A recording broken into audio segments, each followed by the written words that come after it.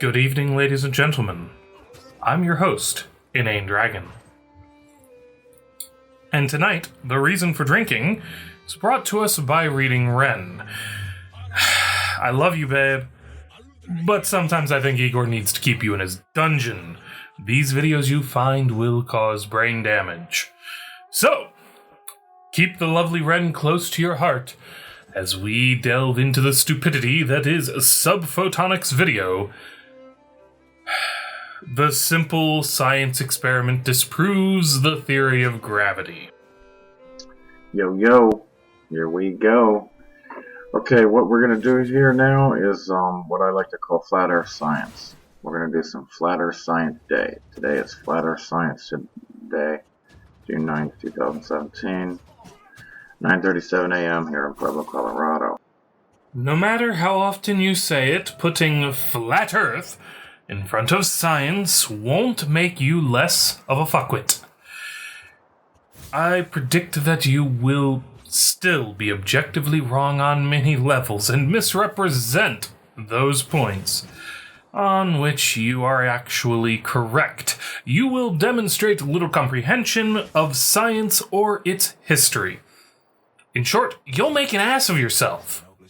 But your adoring fans will shut down their critical thinking and lap up this crap like mindless drones. I challenge you, oh flat earthers, here to hate, comment, and thumb down my video. Actually listen to the scientific explanations of what's going on in his experiment first. Then ask yourself, is it possible you could be wrong? Is it possible that a well-known principle such as buoyancy, a principle discovered more than a millennia before Newton formulated his theory of gravity, might perhaps have been known to Newton and other scientists and actually conform to the predictions of the theory of gravity? I was watching my boy Fuck It Words YouTube channel experiments with gravity, disproving gravity. Wait a minute. He's disproving gravity? Where the fuck is this guy's Nobel Prize? People, come on. We need to call Stockholm, get the committee on the line. We've overturned centuries of established science upon which much of modern technology relies, and it was all here on YouTube all along, ladies and gentlemen. Yes, I'm being a sarcastic and snarky bastard. Please, flat earther aficionados, get some conception of just how extreme a claim you're making. You are actively denying the bulk of modern science, society, and civilization.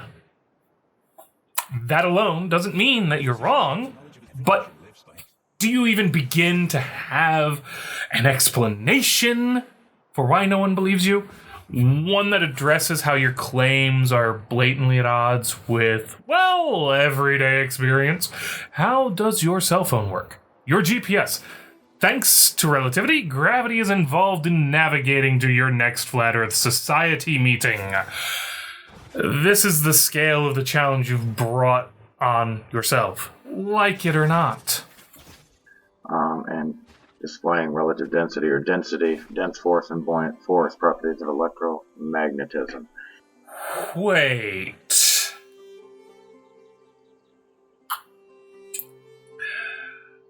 Did you just say dense force and buoyant force? And then argue that these two things, one of which is not even a thing, are related to electromagnetism? Oh, dear fuck me. Density is a function of mass and volume. Buoyancy and the buoyant force reflect how a fluid, whether it's a liquid or a gas, will support any less dense fluid or solid on top of it. These phenomena are not directly related to electromagnetism. Electromagnetism is responsible for viscosity, yes, and why solid objects generally can't pass through one another. That has nothing to do with density, and I know you're going to bullshit around that one. It's responsible for why magnets have the characteristics that they do, and for why you can see me on your magic screen right now. But it doesn't explain fluid displacement due to density. And what exactly is the buoyant force acting against? Because the dense force is not... You know what? We'll play along in the spirit of science! And so, what do? You do the same thing. You repeat. Is it repeatable? Is this experiment with the egg in the water repeatable? Yes, it is. I just did it. And I'm going to show you that I did it. This is observable, measurable, repeatable. Okay? So that's what science says. You have to be able to repeat it over and over and get the same result. That's science. That's the law. Then you're in trouble. See, the experiments confirming Einstein's relativity have been repeated over and over. Far more than almost any other experimental confirmation that we've seen in history. And the results confirm the theory to a far greater degree of precision than just about any other theory in history. You're fighting an uphill battle, in the rain, while falling off a cliff, with people pouring boiling oil on your head as you fall. Wait, It's a chicken egg, but the did same you say concept egg? in a woman. Completely developed. Okay? Do you see any blood in this egg? No. Please. There's never any blood in this egg. Not again. Please, wait. This is what... Oh, you're going to do a demonstration of buoyancy using an egg and pretend that this says something about gravity, aren't you? If this were true, why would the exact same experiment be trumpeted by that Illuminati mouthpiece, Scientific American? Do you have any explanation for why the same classroom that teaches the theory of gravity also teaches buoyancy with the very test that you're about to perform? And at the same time, these basic science classes explain how and why the interacting forces all sort of tie together into a logical whole. Did you just not go to school? Is that what this is all about? Is this why you're astonished by something that we've known about for several millennia and has been incorporated into every theory of gravity ever to have been proposed by anyone in any place at any time? The law of density, law of buoyancy. These are laws, natural law, not man-made law. Man-made law is nonsense. So what I did here, it's funny, is I accidentally used sugar for the first try, and it didn't work that well. Didn't make the water that dense, didn't give me much dense force. I immediately started over and used salt, and the dense force applied, and the gravity just disappeared. The gravity didn't disappear. The force of gravity attracting the egg to the center of the earth was counterbalanced by the increased buoyancy of the water after salt was mixed into it. This didn't work with sugar because sugar doesn't increase the density of water as much as salt does. You needed more sugar. None of this is a surprise to physics or globalists. Do you understand how forces work? This is like saying I picked the egg up and the force of gravity just disappeared underneath of the egg. You're very literally on that level of logic right now. No more gravity. When you applied salt to the water, it increases the salt's density and salinity levels, and therefore increasing its countering buoyant force of the dense force. It's duality, folks. You have to have a back and forth. Dense force and a buoyant force. These are duality. We live in the world of duality. You have to have... Gravity doesn't have duality. It's, I attract a piece of mass, and that's it. This sums up your intellectual thinking perfectly. Nothing about nature demands that everything have a dual nature, and worse still, in your experiment, you will be looking at two forces working in opposition to one another. The force of gravity pulling the egg down into the water, and the buoyant force pressing the egg back up due to the increased density of adding salt to the water. These two forces will inevitably reach a state of equilibrium once you leave them unperturbed, based upon the concentration of salt in the water. Now, using physics, I've just provided a summarization of what you can expect from your experiment, based on the law of universal gravitation and our understanding of buoyancy in fluids. That is, the egg being more dense than tap water will sink. Then, if sufficient salt is added, the density will rise to a point where the egg floats to the surface. Further, if you add additional tap water to dilute the salt water, the egg will sink until the buoyant force of the surrounding water precisely counters the pull of gravity.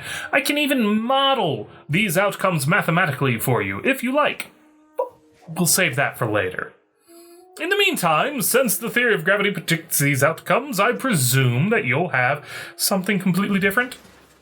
Something other than the egg sinking, then floating as you add salt, then sinking again, though perhaps not all the way to the bottom because you didn't add enough water to sufficiently lower the density for the egg to reach the bottom from the pull of gravity. Surely you have an explanation for why this expectation of science, given the law of gravity, won't work? You don't, do you? And then you're not and then everybody, but then it's selective. You're allowed to walk, run, birds can fly. Hot air balloons rise to their dense levels. Helium rises to, it's got low density and it rises to its dense level. I won't lie. Statements like this make me believe that you flat earth sorts are just trolls trying to make jokes of everything. If you aren't, actually explain in meaningful terms just why these things shouldn't happen in a world that has gravity. Don't make assertions. Don't act incredulous. Explain it meaningfully.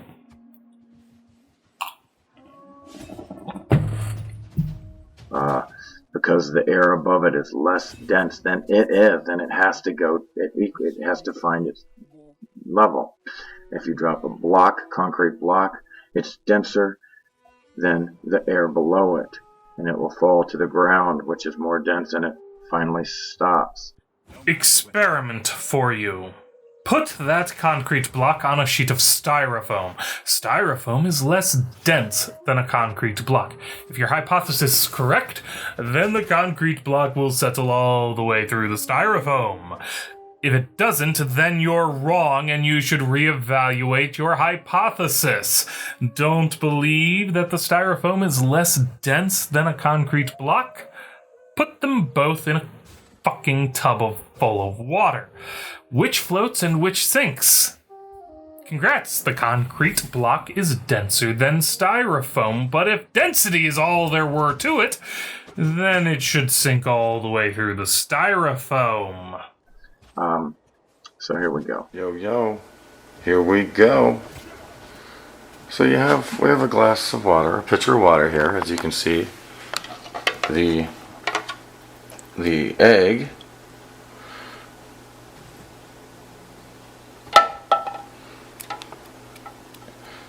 has fallen to the bottom of this glass of water, this pitcher of water, excuse me. So, it's not gravity though, it's density. This egg right now is more dense than the water below it, but it's not more dense than this countertop, and it can't go any lower. That's the only thing that's stopping that from dropping any further to its density level. Right then, let's go ahead and find out why that egg sank. I know, it's obvious to people who aren't believers in the flat earth. But we'll do it entirely by calculating buoyancy of the water in the egg, which is something that flat earthers, such as Subphotonic, believe in, correct? Okay, here we go. Buoyant force is calculated as the density of the fluid into which the egg has been submerged, multiplied by the volume of the egg, really the volume of the displaced water, but the two are equivalent, and a variable that is constant under certain conditions. We'll discuss that variable later. I want to keep you in some kind of a suspense, so for now we'll just call it gamma. Right then, the fluid density of water is close enough to 1 gram per cubic centimeter at most temperatures and for atmospheric pressure. The volume of an average egg has been experimentally calculated as 50.96 cubic centimeters, and gamma is defined as 9.807 meters per second squared. Our formula gives a buoyant force on the egg as being 1 gram per cubic centimeter times 50.95 cubic centimeters times 9.807 meters per second squared.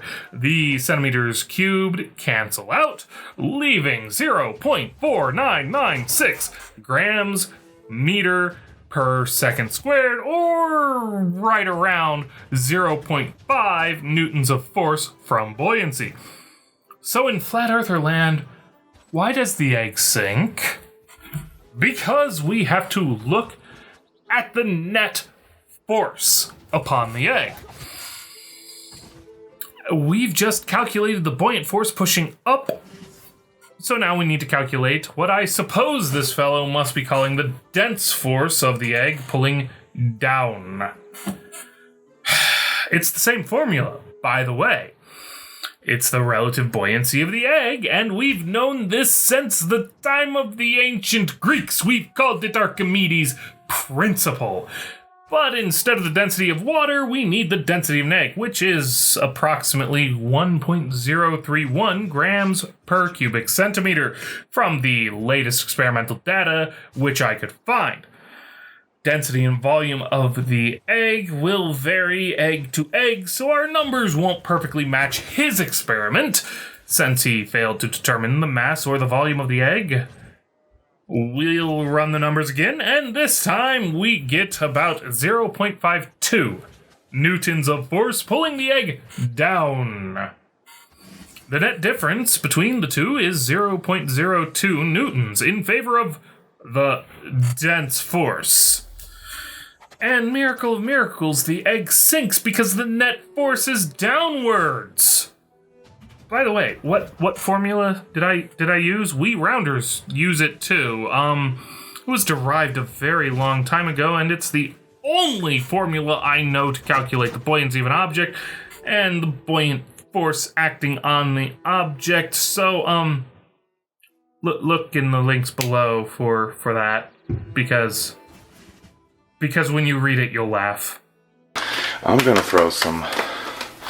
This is called dense force. Now I'm gonna apply buoyant force to counter or cancel the dense force. It's these two forces of duality that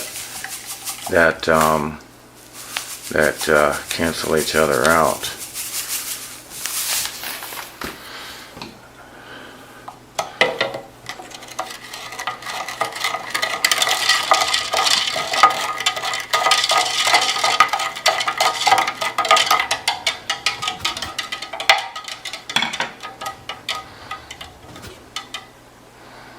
Will that be enough salt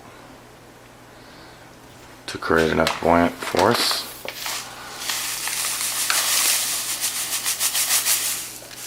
Oh, I'm putting sugar. God damn it. I just accidentally grabbed the wrong fucking thing. Oh, man.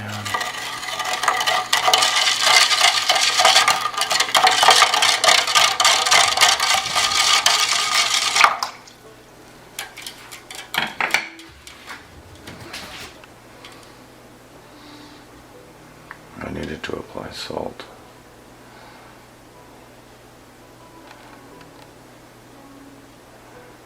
Sugar doesn't fucking seem to work worth a shit, huh?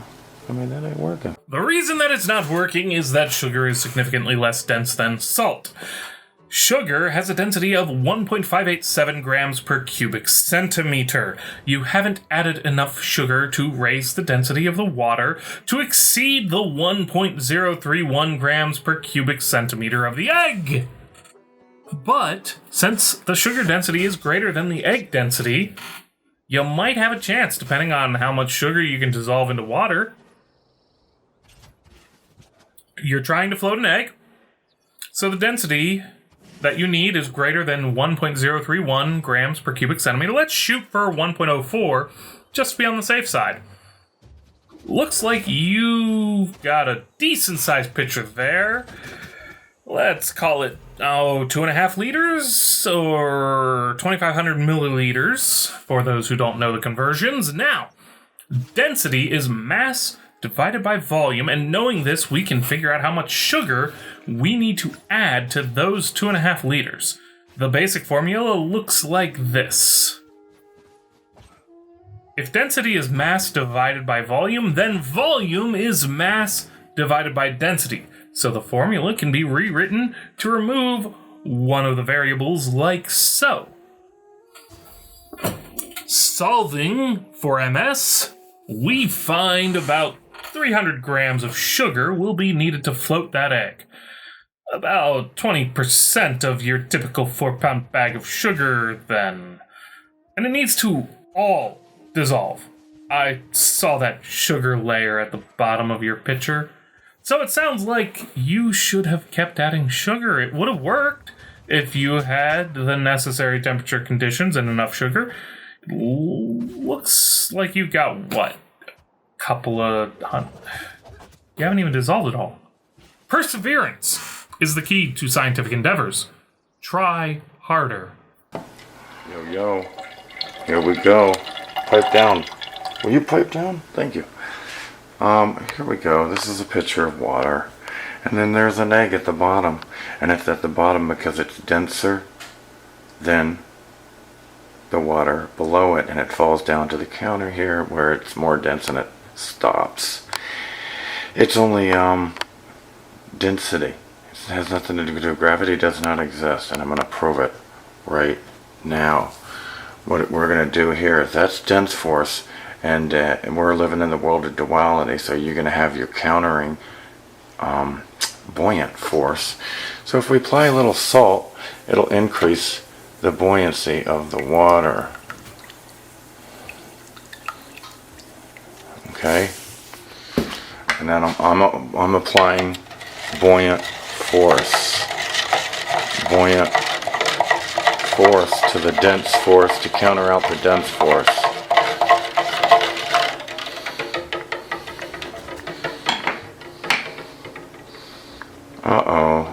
Gravity just took a shit, didn't it? That thing's about to float. It's not at the bottom anymore. And if I even stir it better...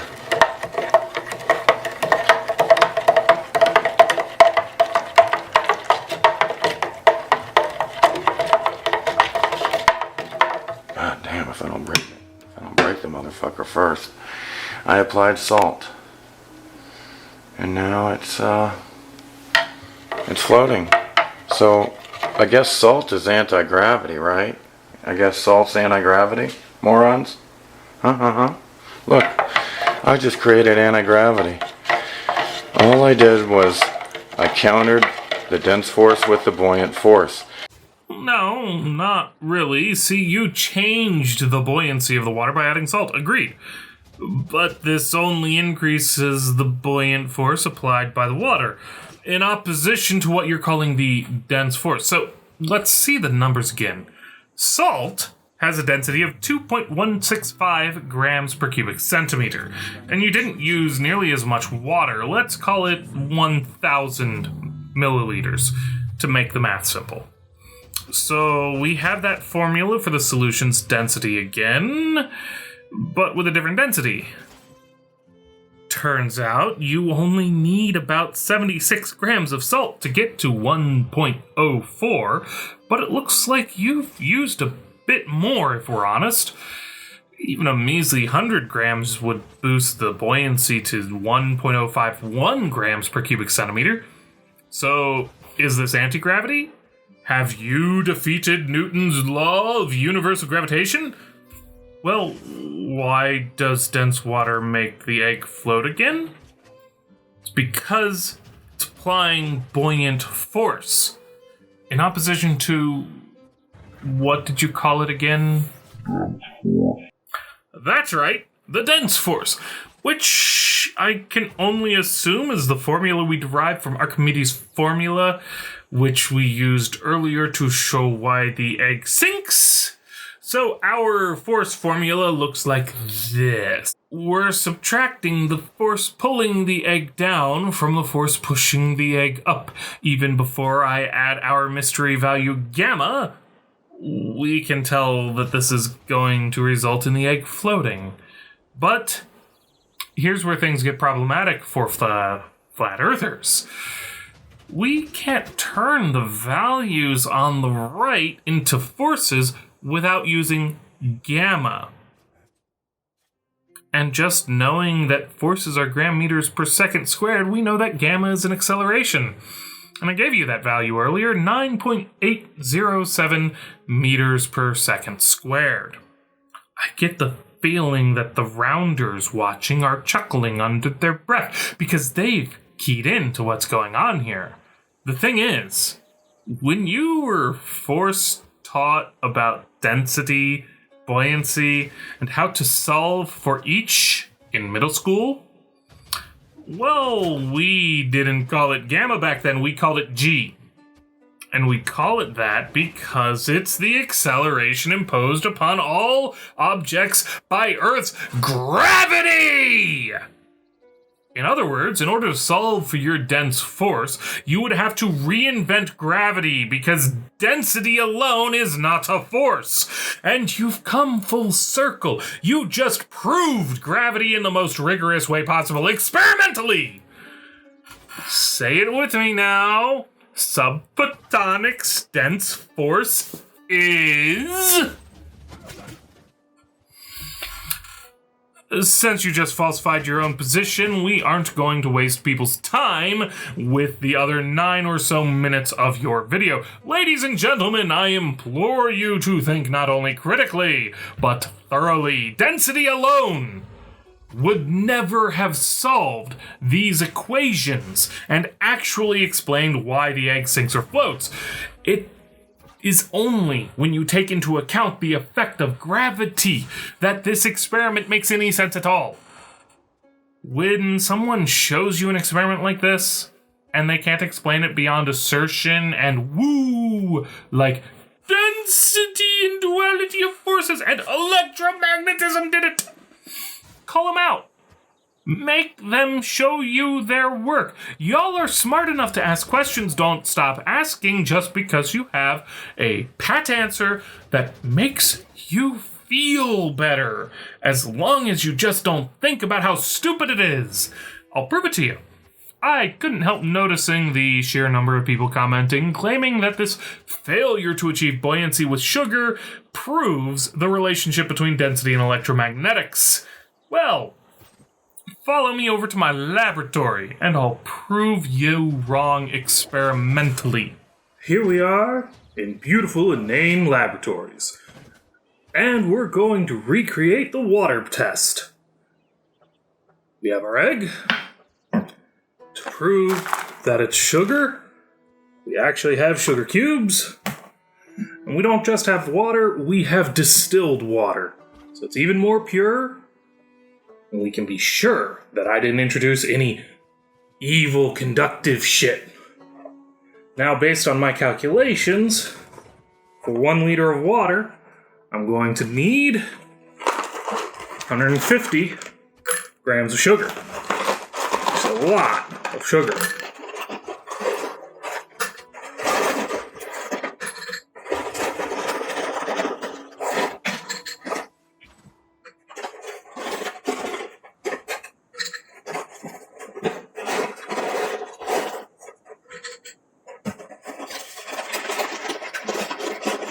A lot of sugar. Nobody should take their coffee like this.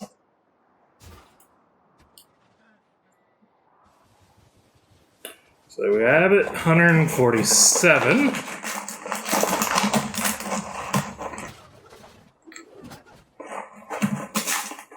This experiment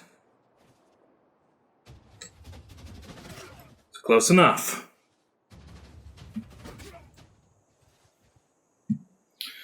Now we aren't going to try and stir this by hand because I told you actually have to get all of the sugar into the mixture.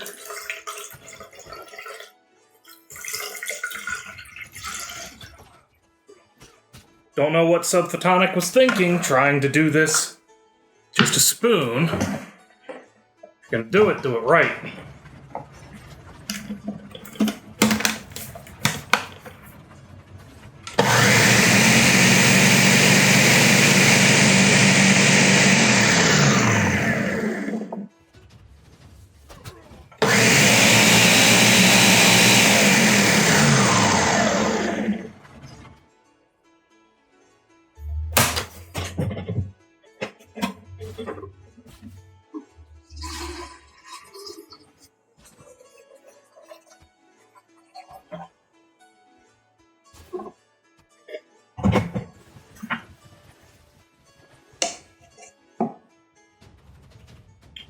Looky there.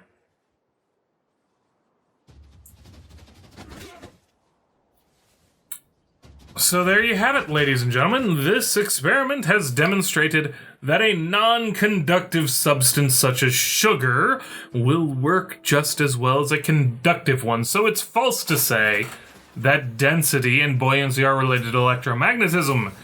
And this is after demonstrating that the so-called dense force is just an object's weight as a result of its mass in Earth's gravity. Or that the buoyant force, being a force acting in opposition to the pull of gravity, is calculated with the acceleration due to gravity. To go from a mass to a force. So, if you really must have your duality of forces nonsense, there you go. The buoyant force is a liquid, exists in duality with the gravitational force applied on an object when that object is suspended in that fluid. That's all there is to it, ladies and gentlemen. If you've enjoyed this inanity, spread it to your friends and subscribe for more of the same. Let me know what you think in the comments below or through my social media. And if you want the channel to improve, consider supporting me through Patreon. I'd love to have a proper mixer for future experiments. Better camera, microphone, and all of that stuff, which all costs money. Right then, plug ended. Have a good night, everyone. They didn't pay for it, but tonight's video brought to you by Pine Top Distillery. It's actually a pretty good gin. If you're in Raleigh, North Carolina, check them out. Once again, good night.